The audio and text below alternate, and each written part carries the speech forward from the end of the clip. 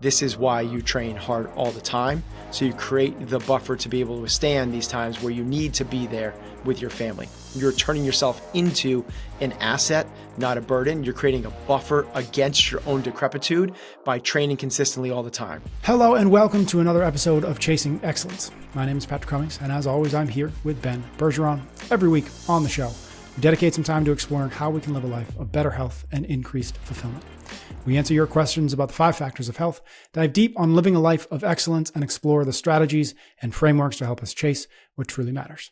Thank you, as always, for joining us. How are you, Ben? I'm doing great. Wondrous. This week, we've got listener questions about adding strength sessions to gym programming, dealing with arthritis as a CrossFitter, and maintaining your health when life throws you a serious curveball. Our main conversation today will be about whether CrossFit is, in fact, for everyone. And then we'll wrap up with a few things that are giving us a little bit of joy these days. But first, I want to remind folks, I talked about this last week in our episode.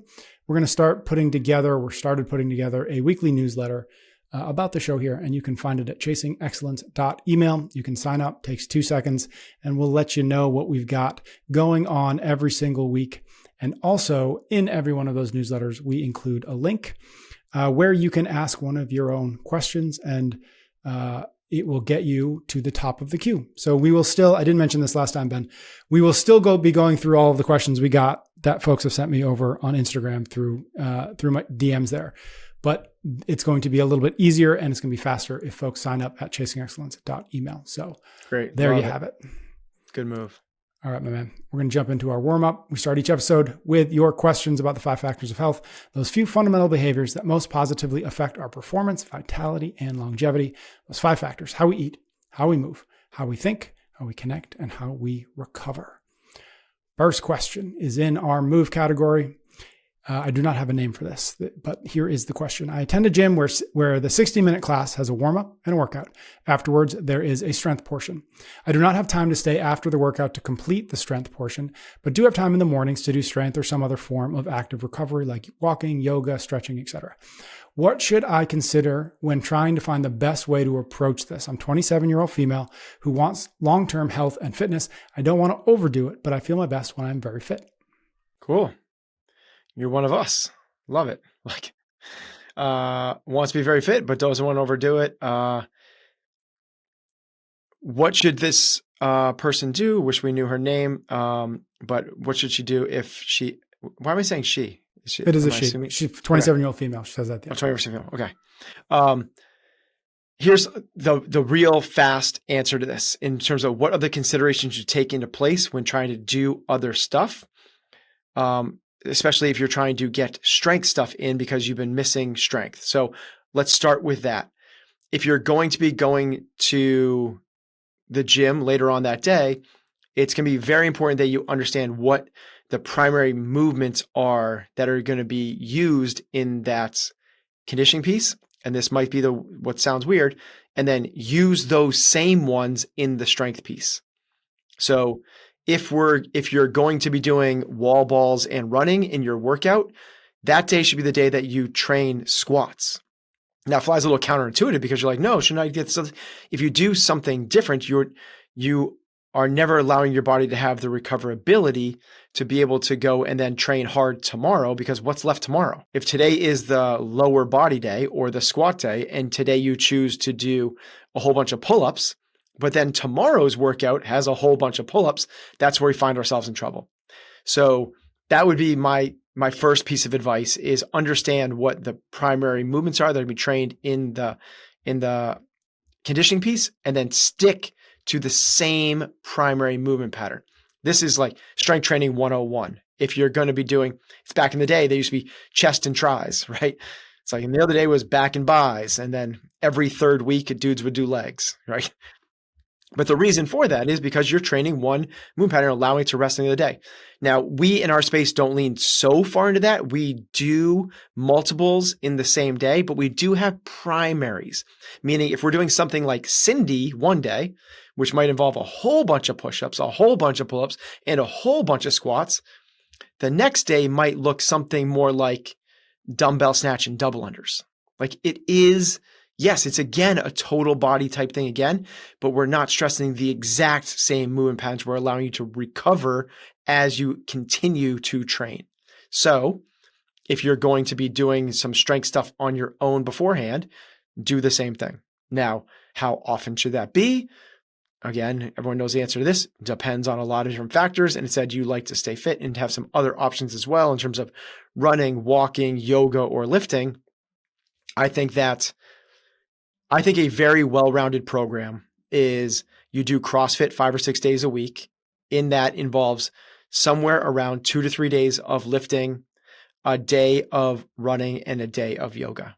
That is somebody that wants to like be really, really fit, feels really, really good when they're really, really active, and still can recover. Add 1 day of just an active recovery, whether that's the yoga day, or that is walking or gardening or just chilling, whatever that is. That to me is a very full week. Take into consideration those movement patterns coupled with the conditioning pieces.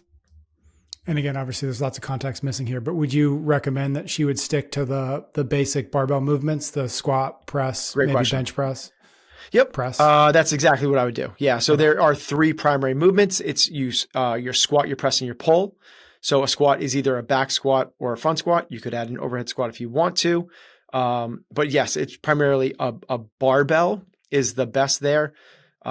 Assuming, yes, you could do like a safety bar or something, but yes, a barbell as opposed to dumbbells because you just can't load them heavy enough for those movements. And then the presses become strict presses, push presses, overhead, or bench press. And you could A week, B week those, just like you could front squat, back squat. And then the pulls essentially become deadlifts. You can A week, B week those with power cleans, or even strict pull-ups work there as well. Next question is in our recover bucket, and it is from Jill.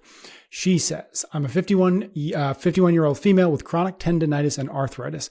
I've always been active, an old gym rat and a former runner who found CrossFit about 8 years ago. I fell in love with everything about it, especially the rush you get from the high intensity. It really changed my life, but it's always been an on and off struggle with injury and recovery, even at my very scaled level. I'm wondering, does there come a time when you have to throw in the towel and stick to a general, quote unquote, 3 days a week of weightlifting? I now have a more active job as a prep chef in a kitchen, and I'm finding it next to impossible to recover or find the energy for a CrossFit style workout the next day. Is this just mind over matter, or is it time to rethink my health and fitness needs? It's neither. It's not, well, maybe it is mind over matter. And the mind is something that I wrote an article about that was published in Morning Chalk Up recently, which is you got to let go of this idea that intensity is the thing that we're chasing. I get it. It's the thing that changed her life and she fell in love with was the intensity. That is not what this program is. It's not a program to be done at intensity. It's a program to be done consistently. That's what we're trying to do. Is we're trying to create a program that you can do on a consistent basis. You hear me say it all the time, 5 or 6 days a week, 5 or 6 days a week, 5 or 6 days a week. That's the recipe. Like right in the 100 Words of Fitness, it's like, do this 5 or 6 days a week. Like it's like sentence number 3. That's the prescription. We need to be able to do this at a level that we can do it consistently. Now, the things that are going to dictate that are volume and intensity. How much do you train and how hard do you train? If you are getting yourself beat up and you can't have the energy to go to your job as a prep chef, we're going too hard. You're not doing the program. You're going too hard. You're trying to, what's a good analogy? You're trying to ski these cliffs when you haven't spent a season or two skiing the blues and the blacks. Like you just got to come back a little bit to be able to hang out with us, hang out here. This is not supposed to be all gas pedal to the floor and brake, gas pedal to the floor and brake. This is supposed to be cruise control at 60 miles an hour. And this is it's the biggest thing that I come up against with people that do this program is because they think it's how hard can I go? I'll share what my week looked like this week in terms of training. Monday, I did the workout as it was written and I did it moderately intense. Tuesday, I came into the gym and the workout had to do with it was like a DT type workout with some toes to bar, programmed at 135. I chose to instead, because I just felt my joints just weren't where they were supposed to be. And it was an AMRAP 10. I did AMRAP 10 of 95-pound deadlifts, which is absurdly light, 12 of them, and 24 sit-ups. And I took 45 seconds to a minute between rounds. Because I was like, I just can feel it. Today just needs to be a move day. I just need to move today. Yesterday, I can't remember what I did yesterday, so I would like to speak to it, but I can't. That's weird. This morning was a workout that involved, it was a big one. 5 rounds, 1,000-meter bike, 50, 40, 30, 20, 10 double unders, push-ups, and 180, 20, 40, 100 down to 20 of double unders. I'm going to be doing this event at Blue Hills tomorrow. So I was like, you know what? It's crazy for me to go hard on this. I did the bike, but I did it really chill. If I felt my legs fill up, I calmed it back. And then I instead did 20 push-ups and 20 sit-ups. And that was my workout, because I know it's going to allow me to go and do this thing tomorrow. And it's like, that's the goal. The goal is I'm going to beat this to the goal is 5 or 6 days a week. It's not about how much medication you take on a certain day. It's, are you taking your medication every day? That's how it works. So this would be my biggest thing, is you're going too hard. It's the same thing. She came from running. You don't do track sessions all out every single time you run. Most of a runner's existence is running very easily. When they go for runs, they go for a 3 to 5 mile run, pretty chill. That's what it is. And that's what, because they know that then they can go for a run tomorrow and the next day and the next day. For some reason, when we put barbells and you're in a class and there's a clock, it all changes. I love that. And thank you for sharing your own personal experience, because I think that does ground it. Is it the job of the coach and the affiliate to communicate that better, or maybe better said is, should coaches and affiliates be communicating that thing better and more often than perhaps they are? No, because this isn't for everybody. Other people need to work harder. Got it. This is for her. Yep. This is for people that go I can't sustain this. In that conversation, yes, the coach's job is to go, well, then what are we doing? You're taking, instead of taking a pill every day to keep you free from disease because you have some sort of genetic thing, you're taking 6 pills on one day and not taking it for 4 days. That's not the way it goes. So for some people, we need to have this conversation. It's probably more people that listen to our show than not, but it's certainly not the majority of America. The majority of America needs to work harder. They need to get off the couch first.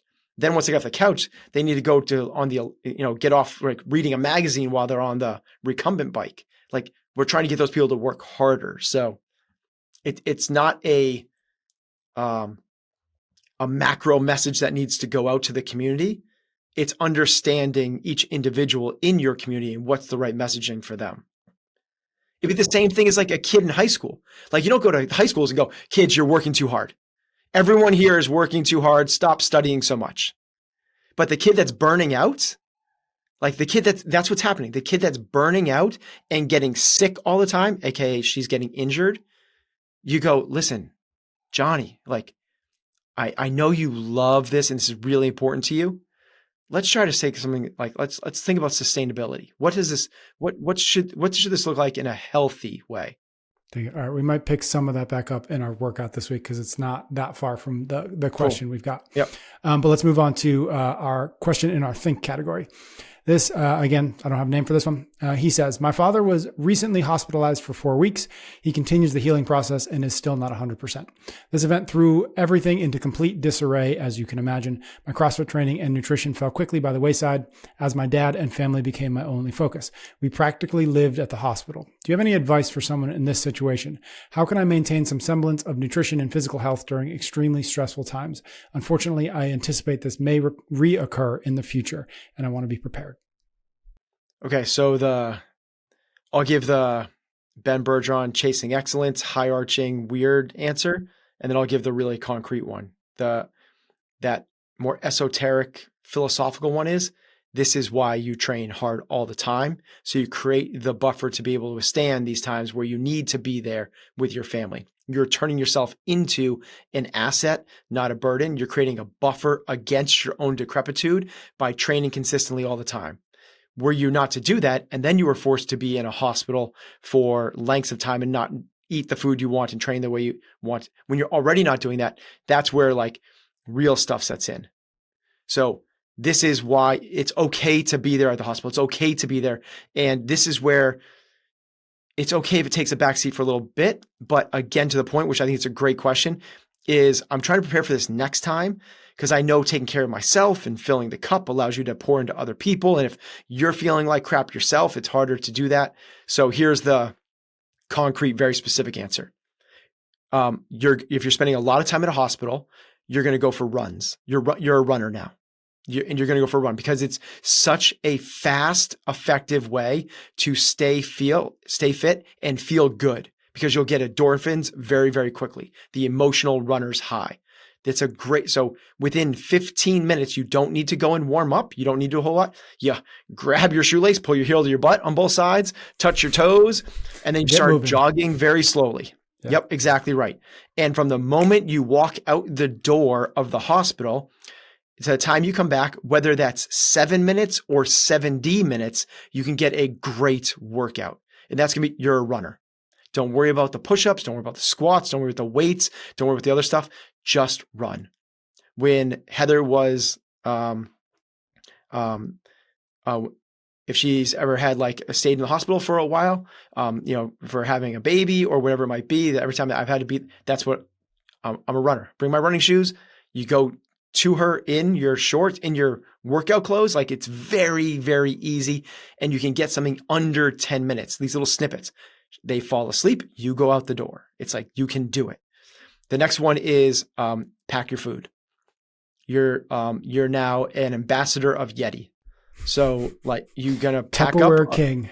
Yeah, the Tupperware King. Exactly right. Pat Sherwood, high five. So you're going to pack up everything in Tupperware and make sure you have more than enough food than you think you're going to have. This is not the time for you to be like, I'm going to try fasting and I'm going to try to like, just go through this. Like, this is not the time for that. Like, make sure you have food that you like, that's healthy, that's going to move you in the direction you want to go, but you have to have it with you, because you can't, that's challenging to like duck out to go get a healthy meal. You're not going to probably get it at the hospital. That's weird and ironic, right? But you're probably not going to be able to find a healthy meal at the hospital. So you have to go to a grocery store. That's not a very time, like, just have it with you. Two things. One, I don't know where this phrase came from, but every time I see it, I love it. The idea of movement snacks, it's just like something about that is just like such a cool, appealing. And the idea is just like, all right, you don't have an hour and a half to get to the gym today, but that doesn't mean you can't do something. A little movement snack could be a 10-minute run, could be like a quick round, AMRAP 10 of Sydney, where, just whatever you got. I just think that's a really powerful and easily forgotten idea that you don't need the full meal every single day. You can get a little snack in, you can kind of check that box and you can move on. Last thing though is, or one more thing, I did put this in the think category. Occasionally, obviously, sometimes you answer questions that, outside of where I think you're going to go. But is there anything on the mental side, anything on the mindset side? Again, thinking about this may happen again. I want to be prepared. I can be prepared to cool. I'll bring my sneakers. I'll bring some Tupperware. Got it. But anything on that emotional, mental side that might also be useful? Yeah. And that's a little bit what I was saying in the beginning part, which is like, this is totally, you're ready for this. Like, you're ready for this and you're cool. And whether this lasts for 3 days, 3 weeks, or 3 months, like, we can handle this. Like, we can handle this. This is I love it because we're being proactive. We're thinking about it, but yeah, like, adversity is going to come. It's going to come to all of us. Like, most likely most of us will experience something like this. It's a very rare case that somebody goes through their entire adult life without spending time by someone's bedside in a hospital. As long as if you're surrounded by people you care about, that's just, it's a reality we should all come to expect. And we should not be rattled when the more likely scenario presents itself. And the more likely scenario is that you're going to go through this situation. Now, it doesn't mean you have to like it. It doesn't mean you have to enjoy it. But what we want to do is be ready for it. And we don't want to play the victim side of this, like, woe is me. Why do I need to do this? Our listeners don't do that. Our community doesn't do that. If we feel it, that's okay. But we're going to try and reframe things and set that's the work we're trying to do. And sometimes you'll be able to do it and sometimes you won't. And that's totally fine. But is that awareness level of, I'm having myself a little pity party, but I get it. Like, this is that thing we try to like work towards. That's where we want to live, in this level of awareness of what it is that, chasing what truly matters. Love that. Cool. Okay. Just a reminder, if you would like to get a question in the queue, the new way, the updated way, the better way, head to chasingexcellence.email. Respond to any of the newsletters we send out, and your question will automatically get into our queue, to the top of that queue. We'll be back momentarily with our main conversation this week. But first, a quick word of thanks from a few sponsors. We're brought to you this week with support from Shopify. Head to shopify.com/excellence for a $1 per month trial and start building your online empire today. As someone interested in their health and success, you know how important it is to have the right tools and systems. Well, it's no different for a business. They need the right tools to help them get done what needs to get done. That's where Shopify shines. What is it? It's a commerce platform that makes it easy to start, run, and grow your business, whether you run it completely online, completely in real life, or both. It puts you in control of every sales channel. So whether you're selling products from Shopify's in-person point of sale system or offering your fitness services online, Shopify's got you covered. Shopify powers 10% of all e-commerce in the US and supports millions of entrepreneurs worldwide. So if you're busy building a business and want to take it to the next level, give Shopify a try. Head to shopify.com/excellence to learn more and to get that $1 per month trial. We are also brought to you this week with support from Momentous. Visit livemomentous.com and use the code excellence to get 20% off your first order. If you're seeking to optimize your sleep and enhance your overall health, Momentous is your solution. Trusted by the world's top teams and athletes, Momentous recognizes the crucial role sleep plays in our well-being. This understanding is reflected in their sleep pack, formulated to promote relaxation and improve sleep quality. It's filled with carefully chosen key ingredients. Andrew Huberman, an advisor to Momentous, says this about the sleep pack. There are supplements that, for the most part, will greatly improve your ability to fall and stay asleep. And the three main supplements in that category are magnesium threonate, apigenin, and L-theanine. These supplements, when taken alone or in combination, may help people get really drowsy and fall asleep, sleep really deeply, and feel much more refreshed the next day without any grogginess. So, crafted by the best experts and trusted by the world's top teams and athletes, Momentous is creating products for all of us. So visit livemomentous.com, use the code excellence to get 20% off your first order. Your sleep is important. Choose Momentous for a better night's rest. Okay, we've got a listener question for our warm-up this week. I don't have the name on this one. What's happening is I'm going through the older questions, and in the older questions, I never recorded the names. So that's why we have a number of questions here. I'm making a more conscious effort of going back through the older questions that we never got to. So apologies for folks who get a question in, but I don't have your name. Here's the question though. Is there a group of people for whom CrossFit is the wrong approach based on existing health? I've been doing CrossFit for a little over 3 years, and it's possibly the most profound effect on my life of anything I've ever done. As a result, I support the idea that CrossFit is for everyone. However, I often encounter resistance from people like my folks who are in their mid-60s and are hesitant to try CrossFit due to fears of injury, concerns about exasperating existing issues or injuries, or simply because they don't resonate with what they observe and hear from my own training. I'm an L1 coach about to take my L2. I try to use the lines like, our needs vary by degree, not by kind, but it seems to fall on deaf ears. As an aspiring affiliate owner, I wonder if you guys have any insight or experience with situations like this for me. Cool. Amazing. It's the most impactful thing that's ever happened in their life. That's kind of cool. And I agree. It's an incredibly powerful program that affects more than just your health and vitality. So kudos, and wanting to share that with people, but then getting this pushback of like, I don't think it's for me. And you going like, no, it's for everybody. And, okay. Well, there's probably a couple of things, to talk through with this. The first is, the use of jargon, and maybe people are like, well, you use jargon all the time. And I probably do.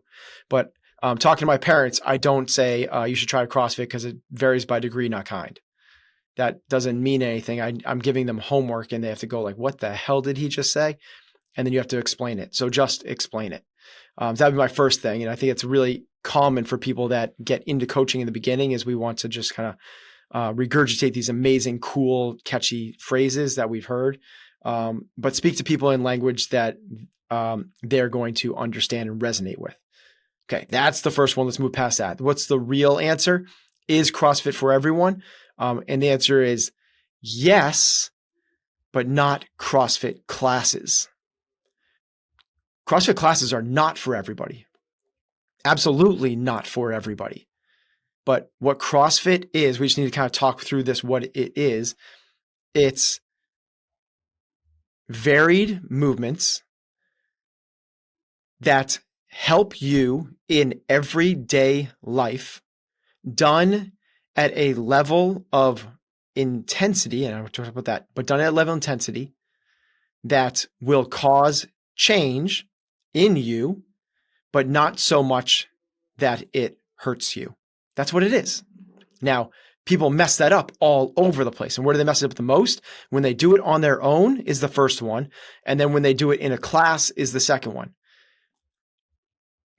What should be more of a norm in the affiliate, and this is someone aspiring affiliate owner, my recommendation to all affiliate owners now is that you should be seeking to earn 50% of your revenue through personal training. Ooh, that's a big change from things we've talked about before. So I'll come back to it. Finish your thought, but I want to come back to that. There's so much power in bringing this to people that would otherwise not be able to do this in a class environment because they're not going to get the direction and coaching at a level that is necessary for them. They're going to get lost. It's essentially like, hey, we're going to go learn to hang glide. Really awesome, amazing. In groups of 20. Ready? And we're going to, and 18 of those people have been hang gliding for 15 years, and the coach coaches them like they're all those people have been doing it for years and years and years. And the newbie's like, whoa. I don't know how to tie this knot. And they're like, whatever, let's go. Like, that's bad things are probably going to happen. This is why it can be for everybody, but not in the class setting. So, special populations. Special populations, CrossFit's is there a better program than CrossFit for special populations? I would be hard pressed to find another one. I haven't. If somebody can pass it along to me, I would love to see it. I wouldn't put them in necessarily in a group setting. That wouldn't be my default place. My default place would be working with a coach one-on-one, which makes a lot of sense. Like, in special populations can be elderly or adaptive or special needs or anything. Anybody that needs special attention. So I think this is the biggest misconception, is that when people say CrossFit is for everyone, what they hear is join an affiliate and take a class is for everyone. That is not the case. But is CrossFit for everyone? I really believe it is. I really, truly believe. Said another way, imagine the very best CrossFit coach you've ever come across, whether that's at a level 1, whether, it's Chuck Carswell or it's EC or it's, Glassman back in the day. Imagine that person leading anyone one-on-one in that type of setting. And then tell me CrossFit's not for them. I think that'd be a really hard argument to force. But if you said like, no, they're going to join the local affiliate down the street and jump into a class with 15 other people with, that.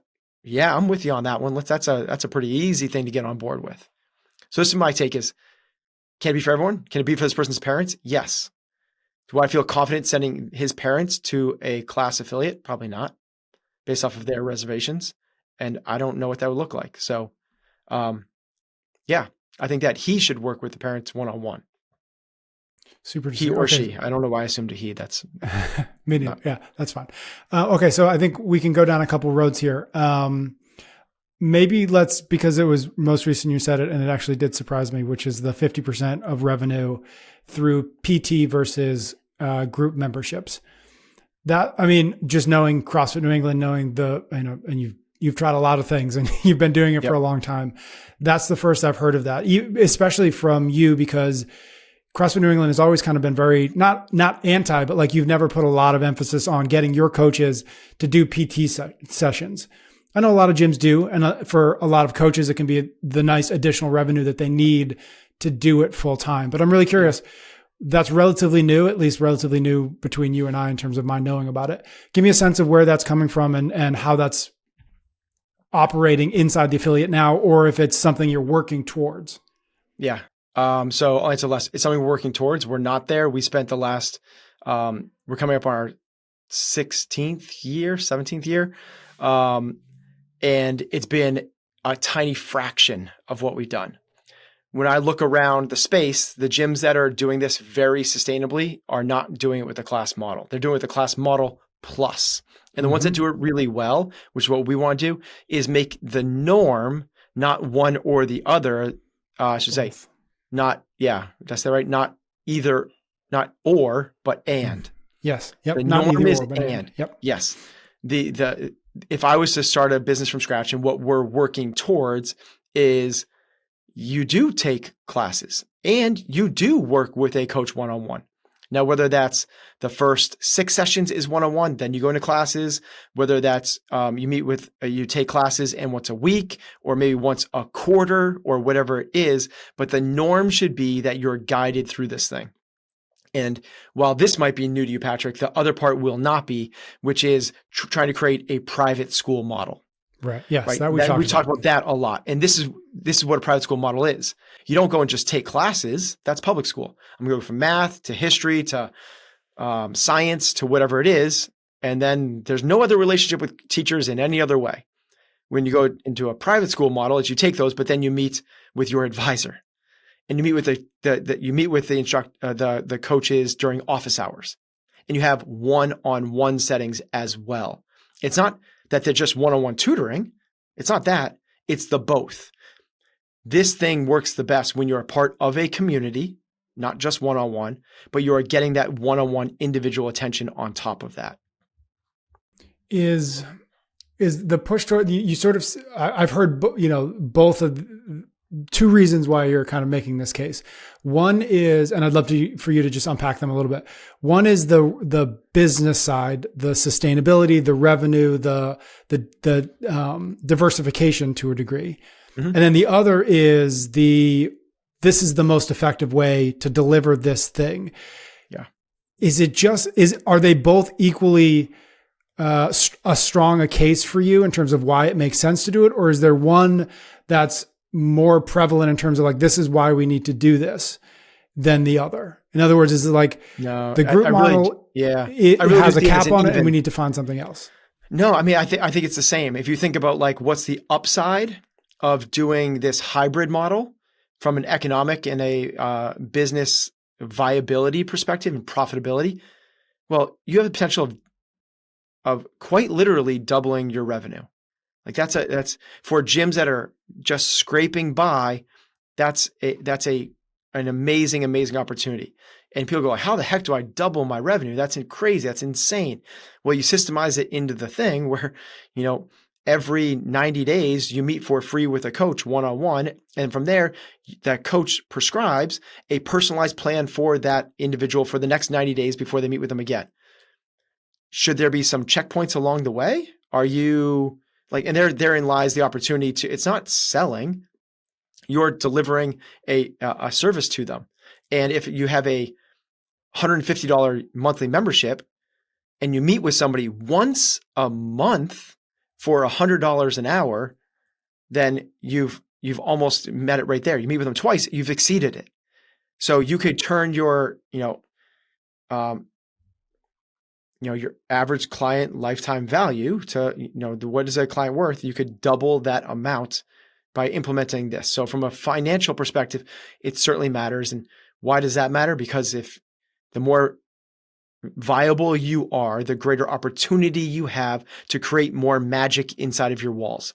It's not you being greedy. I learned this. Disney has a 4-point system in terms of the way that they make decisions. And one of those is profitability.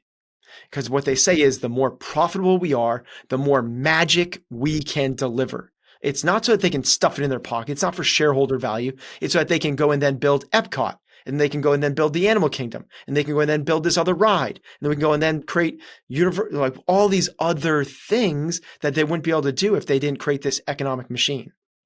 So we have to, as affiliate owners, not think that we're being greedy by trying to create more earning potential. The other aspect of that I think is equally as powerful, which is, Patrick, you're going to go to you're going to come to CFNE and you're going to take classes 5 days a week. Now imagine that you're going to come to CFNE 5 days a week, but imagine you're also every single Thursday at 3:00, we're going to sit down for an hour and we're going to work on things that you want to work on. Now, whether that's double unders, your Olympic lifts, kipping pull-ups, or becoming fitter, or it's your nutrition, or it's walking through something else, that whatever it might be, we have the opportunity now to get you to really move forward. Imagine like you and I every single week having a 1-hour training session where we get to like, okay, we're moving this thing forward. You walk in the beginning, you don't know how to jump rope, you don't know how to do an overhead squat, and it's going to take you a very long time. By just going through the class, we can fast track you. And the faster you see results, the longer you're going to stay with this thing. It's what you're here for. It's what you're here for. Yeah. You're here to get fitter. I can help you get fitter. You're here to get healthier. I can help you get healthier. Beyond the 60 minutes in a class of 20 people. Yeah. I want to be cognizant that most folks listening are not affiliate owners, but I do think that there's an interesting parallel to things we talk about here a lot, which is the concept or the principle of filling your own cup. And it's just, I think of that when you talk about as a business, you have to be healthy. If you're not healthy, you end up making bad decisions for selfish reasons and not selfless reasons. And so if the affiliate can be healthier, then it's able to make better decisions for the members who are there, whatever those decisions might look like. It's you stop making decisions out of panic and short-term needs and short-term fears, and you can start to pick your head up and say, where are we actually trying to get to? Because it's one of those things, if you don't feel secure, if you don't feel secure enough that we're going to be able to pay rent next month, then there's no way you can really think about how are we going to get these people to be healthier at 70 than they are at 60, or at 40 than they are at 30, whatever it might be. It's you're in a scarcity mindset in that way. And so I do think that there's a parallel there to what we talk about here on a personal level. And I think the only other thing I would say is back to a little bit of what we talked about earlier this episode is the 5 to 6 times a week. I think that when you start to introduce something like you're talking about, where it's a 1-hour session or it's a skill session, that person comes in and they do a bunch of double unders, or that could be the 4th workout of the week or the 5th workout of the week that they couldn't have done before because maybe they're just not ready to get 5 or 6 Metcons done or whatever every single month. But man, if you can get them there for that 5th session, and that 5th session is a skill session, we're still moving the needle. We're still moving in the right direction. We're still getting to that ultimate prescription of 5 to 6 times a week. And so I just think that variance offers the affiliate, the coaches, the ability to say, cool, just come on in. We're just going to work on run technique for 30 minutes. All good. Right. And so that becomes an opportunity, I think, as well, to get people into the gym more frequently. And to your point, frequency and consistency is sort of the unlock. And that's what they want when they come in. That's what you want as an affiliate and a coach. Absolutely. The more financial, the healthier the business, the way you said it, which I like, the more freedom you have. Otherwise, you don't have a lot of choices. It's like, well, we can't go and start that nonprofit. We got to do this thing here. We can't go and support that event over there. We got to do this thing. We can't. It's just, you have more opportunity. And then yes, let's sit down for a half hour and go over row technique. I know you struggle on the rower. Yes, I get it. You're small. I get that you're, 5'3" and 110 pounds, but it's not necessarily just that you're small. We can improve your efficiency a ton on this thing and make you feel so much comfortable when those workouts come up, because otherwise they cherry pick those workouts and now they're not coming those days either. And now you get, it's like this snowball effect of consistency. Yeah. Last thing on this subject. What is really interesting to me, and again, I think it bridges across both this question, affiliate owners out there and coaches, business owners, but also those of us who are just looking to get a little bit fitter, a little bit. What you're presenting is, and I know you're not the only one doing this, and you actually said that there are affiliates, there are gyms doing a hybrid model, and so I don't want to skip over that part. But what I like about this is that you said you've been doing this for 15, 16 years. CrossFit New England is a successful gym. There's really like nothing pushing you to change what you're doing. And I think that there's something similar to that in anybody who kind of falls in love with CrossFit. We fall in love with this idea, this thing that we find, and then we really don't want it to change. And more than that, we don't want to push it to change. And I think that this is a opportunity for affiliate owners who are sort of the prime examples of, I fell in love with this 10 years ago. I fell in love with a gym that was like this. And that's how I've kind of made all the decisions. And I'll be damned if I change this, or I'll be damned if I question some of the assumptions that I made 10 years ago. And I think there are parallels to that across all of our, our businesses, our lives, is the ability to look at something that you've seen, that you've committed to, that you're emotionally invested in, and say, I'm actually going to take 3 steps backwards here. And I'm going to ask a couple of questions that might lead me down an uncomfortable path. It might lead me to recognize, you know what, this isn't the best way. I haven't been seeing this as clearly as I should have. Other people are having success doing this in the opposite way. What am I not seeing? Why am I being so resistant to it? So I say all that to just present, like, is it hard for you to think about CrossFit New England, to think about kind of the subject that we're talking about in terms of how to deliver this methodology in a way that that is more accessible to more people? Is it hard for you, or are you resistant to that changing of how you've always thought about it and the way you've always done it? No, I think that you know me as well as anybody in this regard. It's like, it's my superpower, and kryptonite is the same thing as my eagerness to change. Yeah. I want I want to evolve. I want to make it better. And because of that, we're going to make mistakes along the way for sure. Like, it's going to happen, but that's the growth. You're going to trip. You're going to take a step and trip. You're going to take a step and trip. You're going to take a step and trip until you don't. And now you can walk, and then you're going to walk, and then you're going to be able to jog, and then you're gonna be able to run. But it doesn't start without the tripping and falling. Like, that's the part of it. And that's where the superpower part comes in, is that I love the fumbling around. I like the trying to figure this out. I like, how can we make this better? The kryptonite is that a lot of times I do it too much, and so a good example of this is like 6-7 years ago, you're like, we should start a podcast. I'm like, let's do a podcast. I never listened to a podcast at the time that we said that. So I was like, let's go try something new. Let's go, to me, that's my nightmare, is being in the same place. And that sounds really bad, but conceptually, don't take this letter for it, but like, it'd be a really bad thing for me if I was in the exact same place 5 years from now than I am right now. Meaning that I haven't tried new things, I haven't grown, I haven't evolved, I haven't learned. So the only way you do that is by going like, is there a better way? Is there a better way? And I'm always on the lookout for the better way. We're constantly improving the facility. We're constantly trying to change shore up the business model. Is there a more efficient way that we can deliver this to the members? Is there a better way we can work through the systems and the communications that we're doing? So no, I don't think that this changes something. I understand that for other people it is, because it's emotional attachment. This is the way we do it. I don't want to change. It's just so weird. That doesn't, on a visceral level, I can't compute with that. I just can't. And I have a hard time teaming up with people that are that way, because to me, it's like, why would we, it's a level of complacency. Meaning like, it's good, bro. Like, let's just do this thing. It's okay. When you have no idea, none of us have any idea how close we are to our potential. And imagine if you think that you are there, but you're only at like 5, 6, 7%. That's a very real thing. Meaning you're running your business.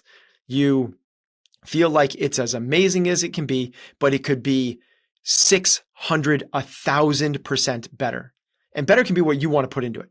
1,000% more freedom, 1,000% more joy, 1,000% more revenue, 1,000% more employee engagement and fulfillment, 1,000% more results for your members. Like I have this innate gut thing that's where we are. I just feel like we are just like scratching the surface of what is potential with everything that I'm involved in. So why would the let's not change is like a kick to my gut. I can't stand that mentality. Love it. All right. We're going to leave it there. That was fun. I didn't expect it to go in that direction. So I appreciate that.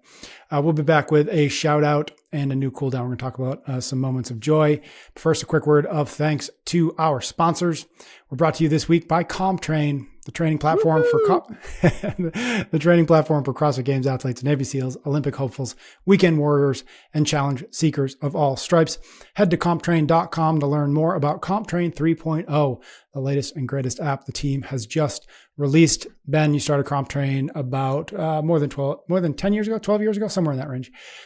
So I would love to quickly, what is the one difference, or what is the biggest difference between what the company was focused on back sort of when you started it and where it's focused today?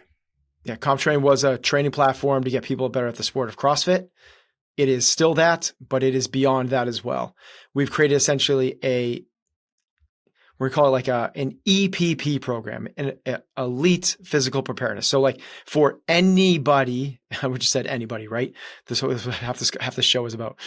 But for anybody that is willing to work hard, this is an amazing training platform. Meaning like the way you just let off at the beginning of this ad read, it's for CrossFitters, but it's also, we've had Navy SEALs do this program to get ready for it. We now have a program that is appropriate for if you're a Division I athlete, if you're a high school athlete, if you're a soccer mom or dad, you want to become a better skier, you want to push off the nursing home, this is a program for you. So there is a place for you to go that does not require you to walk on your hands and do all these crazy things that they do in the sport of CrossFit. Love it. If you're ready for the kind of hard physical training that you'll want to come back and do again tomorrow, search for the CompTrain 3.0 app in the app store of your choice, or head to comptrain.com today. Start your free trial and get on the path to being fitter and more challenge ready than you've ever been before. We are also brought to you this week by BetterHelp. Go to betterhelp.com/excellence to learn more and get 10% off your first month of completely virtual therapy. It's that time of year again. The holidays are just around the corner, and while it's a joyous occasion for most, it can also bring a lot of stress and anxiety. The end of year season can be a lot to handle, and it's natural to feel some sadness or anxiety about it. But there's a bright spot you can turn to, a place that offers convenience, flexibility, and is entirely online. That place is BetterHelp. BetterHelp is an online therapy platform designed to suit your schedule and your preferred style. You can connect with a licensed therapist via phone, chat, or video calls. All you have to do to start is fill out a brief questionnaire, and BetterHelp will connect you with one of their therapists. And if you don't gel with them, no worries. You can switch therapists at any time at no additional charge. Therapy can help you learn positive coping skills, set boundaries, and empower you to be the best version of yourself. So if you're thinking of starting therapy, give BetterHelp a try. Visit BetterHelp. That's BetterHelp.com/excellence today and get 10% off your first month. That's BetterHelp.com/excellence. Okay. We've got a shout out this week. It's a bit of a long one. And I was tempted to shorten it, but like I always with these, I like all of it and I don't want to short it. So I'm going to read the whole thing. It's going to take me a moment. It's from Noah. He says, I've been thinking about writing to you and Ben for a while now, and I've had a hard time feeling like doing so had much value. The most recent 2 episodes have resonated powerfully for me. I got choked up at the grocery store listening to Ben talking about fatherhood. And again, while cooking breakfast, listening to my response to Ben's story, about the prison CrossFit program, and this motivated me to write this message. I've been listening to Chasing Excellence for about 2 years. A close friend recommended it to me when I was at a very low point. I've since listened to a sizable chunk of the archives, and I look forward to new episodes every week. It would be hard to overstate the impact you and Ben and Chasing Excellence have had on my life. You have played a key role in the work I've been doing over the last few years to cultivate awareness of dysfunctional thought patterns and concomitant emotional dysregulation, there's a word for you, caused by some of my past conditioning, to improve my mindset to respond rather than react, and to be more intentional and be biased toward action, to welcome and seek out feedback, and to grow and learn and improve myself.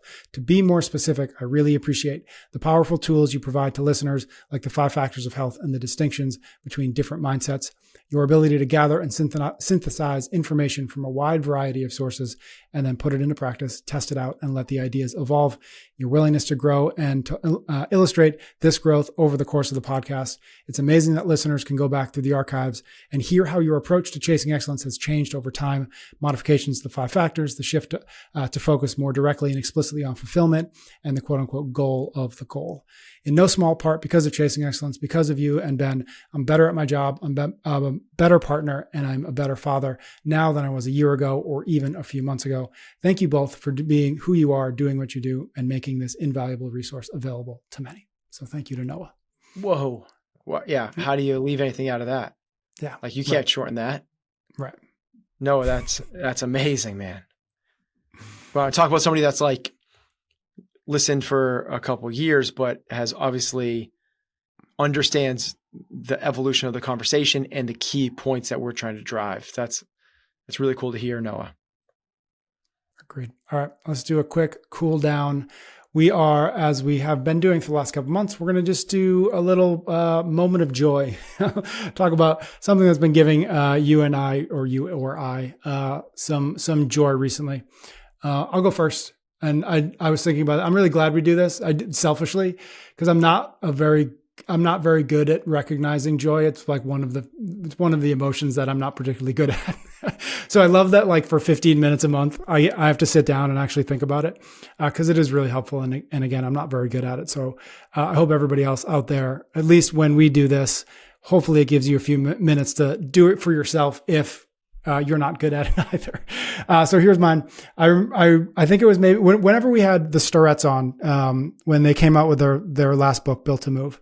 One of the things in that book, one of the big overarching things that we've talked about a lot in that book that sparked from that book was the importance of walking. And one of the things they talked about with walking, or in that chapter of walking, was something called the walking school bus, I think is the name. And they didn't come up with it, but they adopted it. And I remember talking to you about this on the podcast in April, whatever it was, in that we have to drive a little bit, but my boys and I drive close to my son's elementary school, and then we walk the mile to school. And so obviously school has kicked back up, and we've started doing this. And now my youngest son comes with us, and the fun of it is they've actually, instead of walking, they take their scooters. So they have like little Razor scooters. And so every Wednesday morning we just we park at the library, they jump on their scooters, and we walk the mile. And then I get some more time with the youngest on the way back. And we haven't missed it yet. We haven't missed a week yet since school started. And we'll see how it goes when it starts to snow on us. But for now, it's been a great little moment in the middle of my week. Super cool. Yeah. You do that once a week? Yeah, we do it. We usually do it on Wednesdays. Yep. That's great. How long does it take to go a mile with little kids? On the scooter, it's so fast now. And I don't even know if it's a mile. I've never actually, it's like 15 to 20 minutes on the scooters, a little bit longer when we were walking, especially last time when when Miles was really young. But for now, it's pretty quick. We do it in like 15 or 20 minutes to get there. Yeah, it's really cool. That is very cool. That's great. All right. Are we going to ever do this and it not be about kids? I don't know. I tried. And I think the last time we did this, I tried, and I don't know. I hope so. If we do this again, I would love to be able to, but me too. Yeah. But and I think it's one of the things about kids is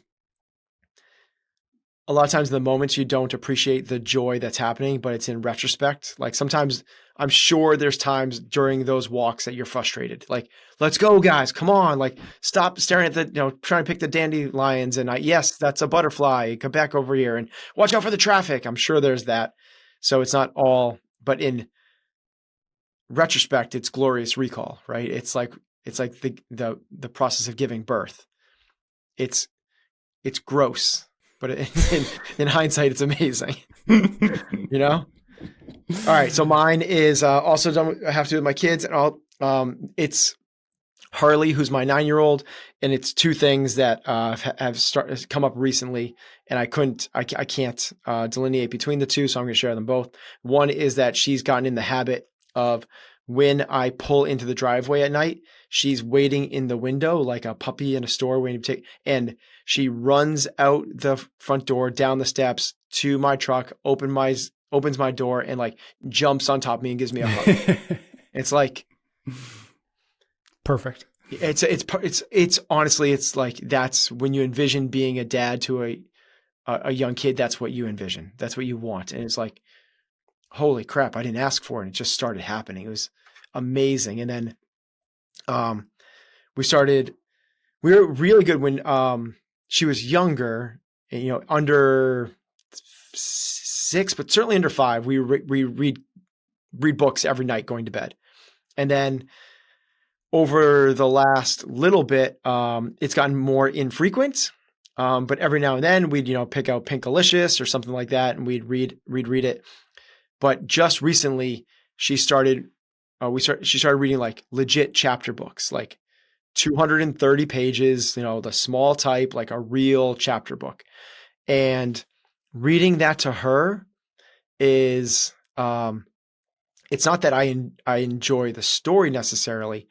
I enjoy that whenever I look over at her, we're laying in bed, she's like, arm on my shoulder, looking at the page too. But whenever I look at her, she's not looking at the page. This is going to like almost make me cry. This is crazy. She's looking at me and just smiling. And it's like, it actually like took me off guard the first time it happened when I looked over and she's looking at me smiling. And I was like, well, that's really nice. I caught her in that moment. And then like, whenever I look over, that's what she's doing. And it's like, wow, like she has a lot of joy in that moment. All right, my man. Thank you. Thank you everybody there for listening. Thank you for your ratings and your reviews. One more reminder, head to chasingexcellence.email. We'll put the link in the show notes. Sign up for the weekly newsletter, and you'll also get the opportunity to get a question to the top of the queue, chasingexcellence.email. Ben and I will be back next week for another episode of Chasing Excellence.